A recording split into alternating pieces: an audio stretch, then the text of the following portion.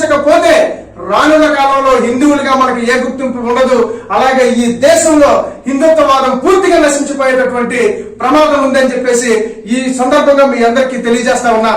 ఈ నేపథ్యంలో అఖిల భారతీయ జనసంఘ్ 1980లో బాలరాజు మాధవ్ గారి ఆధ్వర్యంలో మళ్ళీ పునర్నిర్మాణం జరిగి ఈ దేశంలో హిందుత్వవాదం సజీవంగా ఉండాలి. ఇది హిందూ దేశం, హిందుత్వం నాడితో ఉన్నటువంటి ఈ దేశాన్ని ఎవరు కూడా దాన్ని కదిపేటటువంటి పరిస్థితి మేము ఇవ్వమని చెప్పేసి వారు మళ్ళా 1980లో అఖిల భారతీయ జనసంఘ దీన్ని పునఃస్థాపితం చేసి ఆనాటి నుండి దేశంలో అనేక రాష్ట్రాల్లో తన ఉనికిని కాపాడుకుంటూ అఖిల భారతీయ జనసంఘ్ అనేక ఎన్నికల్లో తన యొక్క ప్రాతినిధ్యాన్ని ఇస్తూ వస్తూ ఉంది. అయితే సరైనటువంటి మెజారిటీ రాని కారణం చేత మనకందరికీ ఒకవేళ తెలియకపోయినప్పటికీ కూడా భారతీయ జనసంఘ్ సజీవంగా ఇప్పటికీ ఉంది. ఈ నేపథ్యంలోనే రానున్న 24 ఎన్నికల్లో ఆంధ్ర రాష్ట్రంలో అన్ని అసెంబ్లీ స్థానాల్లో